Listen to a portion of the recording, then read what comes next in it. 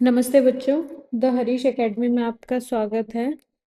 बच्चों, कल हमने पढ़ा था वेद क्या है, वैदिक संस्कृति के बारे में जाना था, है ना।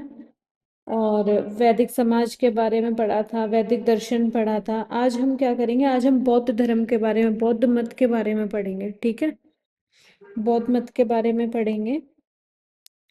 देखो, कुछ अन्य दर्शनों का भी आविर्भाव हुआ, यानी कि कुछ अन्य दर्शनों का भी क्या हुआ, आगमन हुआ, जिन्होंने वेदों की इस प्रभुता को नहीं स्वीकारा, यानी कि जिन्होंने जो वेद है ना, उन वेदों को कुछ लोगों ने स्वीकारा नहीं था, उन दर्शनों ने, उन धर्मों ने। ठीक है, और अपनी स्वयं की पद्धति विकसित की। उनमें से एक बौद्ध मत भी था।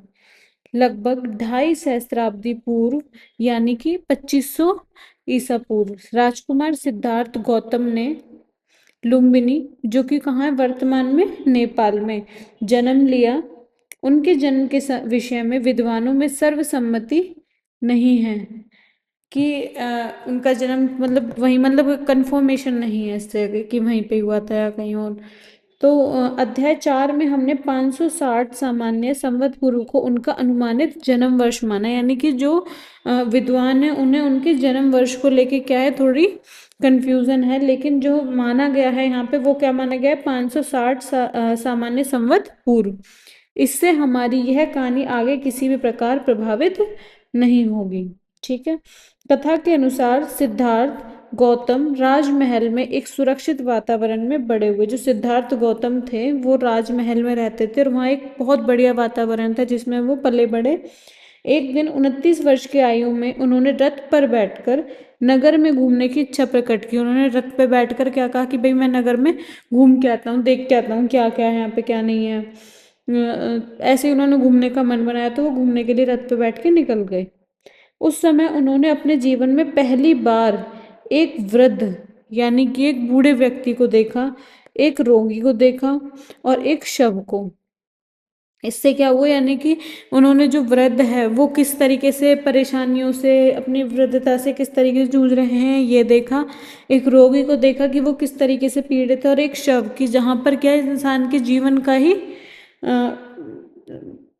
समाप्ति हो जाती है जिस जीवन की, वो चीज देखी। उन्होंने एक सन्यासी को भी देखा। फिर वो गए, आगे बढ़े थोड़ा, तो उन्होंने एक सन्यासी को देखा। सन्यासी कौन होते हैं, जो व्यक्ति किसी चिंतन करता है किसी चीज का, या फिर कुछ ज्ञान प्राप्त करना चाहता है। ये देखो यहाँ पे दे भी रखा है, सन्यासी वह व्यक्ति जो चेतना का उच्च स्तर प्राप्त करने के लिए कठोर अनुशासन में रहता है। जो प्रसन्न और शांत लग रहा था, जो सन्यासी था वो प्रसन्न लग रहा था, खुश लग रहा था और शांत लग रहा था। इन सब का अनुभव करने के बाद सिद्धार्थ ने अपनी राजसी जीवन, अपनी पत्नी और बेटे को त्यागने का विचार किया। जब उन्होंने ये सब देखा कि जो ये वृद्ध है, रोगी है, और जो ये एक शव है, ये क्या है, ये एक पीड़ित आत्माएं है ना, जो कि किसी न किसी तकलीफ से पीड़ित है। और एक सन्यासी जिसके पास बेशक कुछ नहीं है, लेकिन वो फिर भी क्या है, खुश है और शांत है। तो उन्होंने इन्हीं सब को अनुभव करने के बाद उन्होंने क्या निर्णय लिया कि मैं अपने राजसी जीवन, अपनी पत्नी और अपने बेटे को क्या कर दूंगा, त्याग दूंगा। एक सन्यासी की तरह पैदल चलते हुए और अन्य सन्यासियों तथा विद्वानों से मिलते हुए उन्होंने मानव जीवन में दुखों के मूल कारण को खोजा। बोध गया में एक पीपल के वृक्ष के नीचे कई दिनों तक ध्यानरत रहने के बाद उन्हें ज्ञान प्राप्त हुआ। कहाँ पर ज्ञान प्राप्त हुआ था उन्हें, बोध गया, जो कि इस समय कहाँ पर है, ये जगह बिहार में है। और एक पीपल का वृक्ष, उसके नीचे इन्होंने तपस्या करी थी, वहीं पर इन्हें ज्ञान प्राप्त हुआ था। ठीक है, उपनिषदों की कई कथाओं से हमें प्रश्न पूछने के महत्व का पता चलता है, फिर चाहे ये प्रश्न किसी महिला, पुरुष या बच्चे ने पूछे हों। ठीक है, अब इसमें हमें कुछ कहानियां दे रखी है इसकी, ये पढ़ेंगे एक बार हम। सबसे पहले की इसके किसके बारे में, श्वेत केतु और यथार्थ बोध का बीज। ठीक है, ये किससे लिया गया, हमारा छांदोग्य उपनिषद से। इसमें क्या है, ऋषि उद्दालक आरुणि ने अपने पुत्र श्वेत केतु को वेदों के अध्ययन के लिए गुरुकुल भेजा, यानी कि एक ऋषि थे जिनका नाम क्या था, उद्दालक आरुणि। उन्होंने अपने पुत्र श्वेत केतु को वेदों की पढ़ाई के लिए, वेदों के अध्ययन के लिए, जानकारी प्राप्त करने के लिए कहाँ भेजा, गुरुकुल में। जब 12 वर्ष बाद श्वेत केतु वापस आया तो उसके पिता ने अनुभव किया कि वह अपने ज्ञान के कारण, उसे ज्ञान तो हो ही गया था क्योंकि 12 वर्ष तक वो कहाँ रहा था, गुरुकुल में वेदों का पठन पाठन किया उसने। तो जब वो वापस आया तो उसके पिता को ऐसा महसूस हुआ, ऐसा अनुभव हुआ कि जो श्वेत केतु है इसके अंदर क्या आ गया, घमंड आ गया, अहंकार आ गया है, अपने ज्ञान के कारण बहुत अहंकारी हो गया। इसलिए उद्दालक ने ब्रह्म के स्वरूप पर उसके ज्ञान का परीक्षण करने के लिए प्रश्न पूछे, जिनका उत्तर श्वेत केतु नहीं दे सका। यानी कि जो उद्दालक ऋषि थे उन्होंने क्या पूछा कि भाई ब्रह्म क्या है, लेकिन इस प्रश्न का उत्तर वो दे ही नहीं पाया। उद्दालक ने उसे समझाया कि किस प्रकार ब्रह्म अदृश्य रहते हुए भी सर्वव्यापी है, यानी कि हमें ब्रह्म दिखाई नहीं देता लेकिन क्या है, वो फिर भी सर्वव्यापी, सब जगह सब चीजों में क्या है, ब्रह्म समाया हुआ है। जैसे हमने पहले श्लोक पढ़ा था, अहम ब्रह्मास्मि, है ना, मैं ब्रह्म हूँ, तुम ब्रह्म हो, ये चीज। जैसे बरगद के फल का बीज खोलने पर खाली दिखाई देता है, जब हम बरगद के पेड़ के फल का बीज देखते हैं तो क्या होता है, वो खाली दिखाई देता है, लेकिन इसमें बरगद के वृक्ष का भावी रूप निहित होता है, लेकिन उसके अंदर उसके गुण तो वही रहते हैं ना, बरगद के पेड़ वाले ही। अथवा जैसे एक ही प्रकार की मिट्टी से अलग अलग प्रकार के बर्तन बनाए जा सकते हैं, उसी प्रकार हमारे चारों ओर जो कुछ भी है एक ही तत्व ब्रह्म से उसका उद्भव हुआ है ना, सबके अंदर क्या, ब्रह्म समाया हुआ है। उन्होंने अपनी सीख यह कहकर समाप्त की कि सभी में सही सूक्ष्म तत्व व्याप्त है, तुम वही हो श्वेत केतु, यानी कि तुम्हारे अंदर भी क्या है, ब्रह्म समाया हुआ है। ठीक है, ये हमने एक कहानी ये पढ़ी, किससे, किसकी है, श्वेत केतु और यथार्थ बोध का बीज। ठीक है, जो कि किससे ली गई है, छांदोग्य उपनिषद से।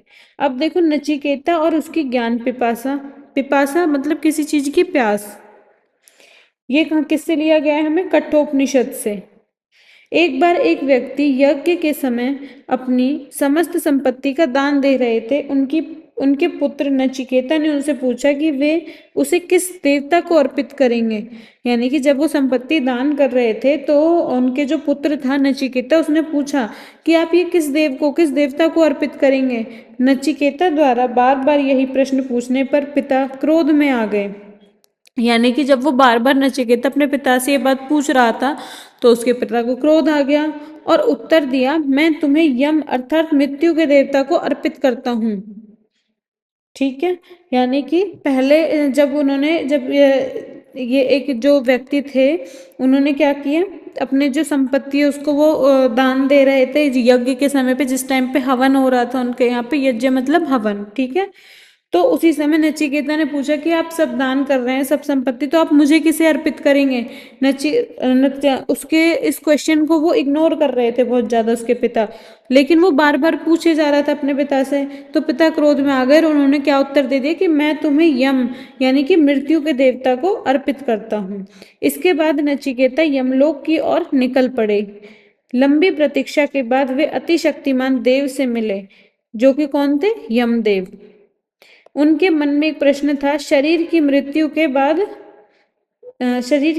मृत्यु के बाद क्या होता है। यम ने पहले तो बालक के प्रश्न का उत्तर टालने का प्रयास किया, नहीं दिया उसका उत्तर, किंतु नचिकेता के निरंतर आग्रह करते रहने पर अंततः यमदेव ने प्रसन्न होकर उन्हें आत्मा के बारे में समझाया। ठीक है, किसने समझाया उसे, आत्मा के बारे में समझाया, किसने, यमदेव ने, जो सभी जीवों में निहित है। इसका ना तो जन्म होता है और ना ही मृत्यु होती है, यह अमर है। जैसे कि हमारी आत्मा है ना, वही क्या है, हमारा ब्रह्म है, जिसकी ना तो कभी जन्म होता है ना ही कभी मृत्यु, ये अमर है। इस गहन ज्ञान की प्राप्ति के बाद नचिकेता अपने पिता के पास वापस आए, जिन्होंने उल्लास पूर्वक उसका स्वागत किया।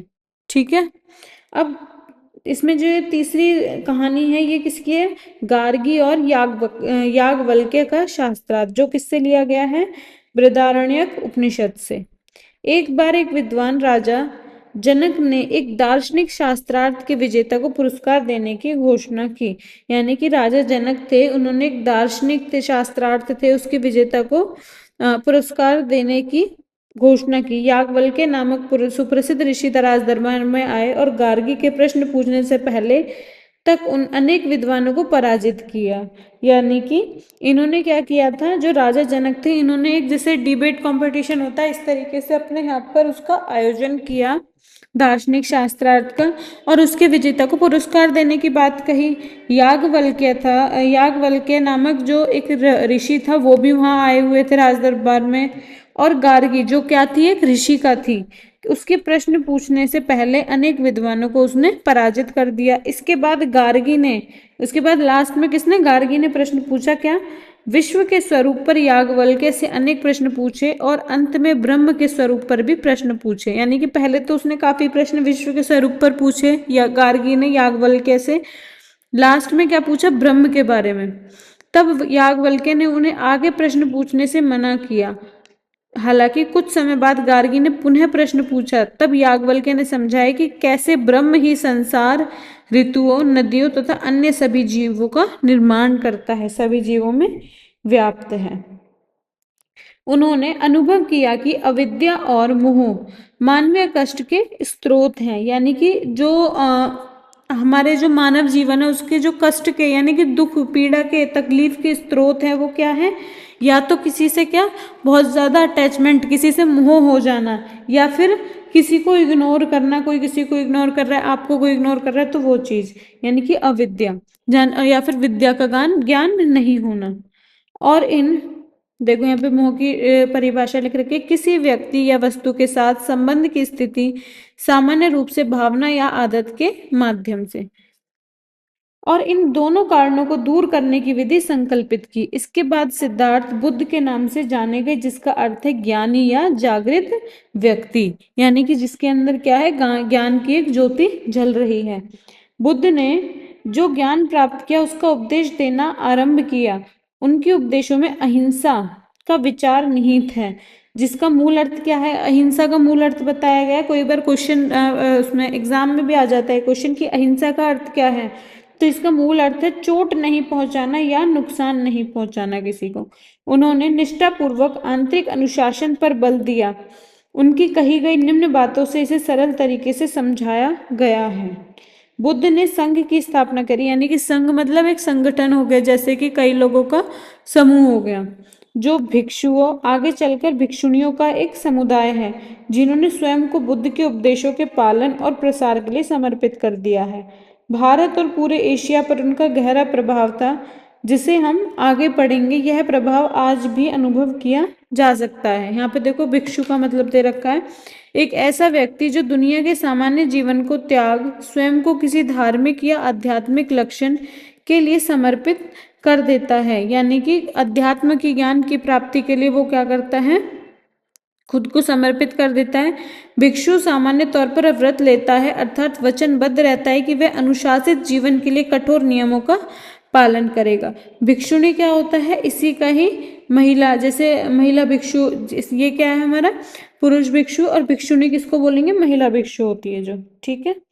यहाँ देखो ये हमें दे रखा है, जल से व्यक्ति शुद्ध नहीं हो सकता, जबकि कई लोग यहाँ पवित्र नदी में स्नान करते हैं, बोलते हैं ना गंगा में जाएंगे पाप धुल जाएंगे, तो इसी तरीके से जल से व्यक्ति शुद्ध नहीं हो सकता, जबकि कई लोग यहाँ स्नान करते हैं, परंतु वह व्यक्ति शुद्ध है जिसमें सत्य और धर्म निवास करता है, यानी कि जिसके अंदर क्या है, सत्यता बसी हुई है। युद्ध के मैदान में हजारों व्यक्तियों पर हजारों बार विजय पाने की तुलना में स्वयं पर विजय पाना अधिक बड़ी उपलब्धि है।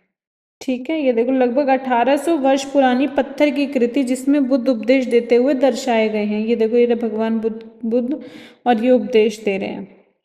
आइए पता लगाएं उपरोक्त कृति में बुद्ध को कैसे दर्शाया गया, इस पर चर्चा कीजिए। क्या आप भारत के कुछ राज्यों या कुछ अन्य देशों के नाम बता सकते हैं जहां आज भी बौद्ध मत एक प्रमुख मत है? इन स्थानों को विश्व के मानचित्र पर अंकित करने का प्रयास कीजिए। ये आप खुद करेंगे बच्चों होमवर्क में, ठीक है। अगर नहीं समझ आता है, कोई प्रॉब्लम आ रही है कहीं पे, तो आप कमेंट सेक्शन में बताएंगे। नेक्स्ट हम पढ़ेंगे जैन मत, जो कि पढ़ेंगे हम अपनी नेक्स्ट वीडियो में। आज इतना ही करते हैं हम बौद्ध मत तक, और ये आपको जो होमवर्क दिया है ये करना है, ठीक है। ओके, नमस्ते, आपका दिन शुभ हो, धन्यवाद।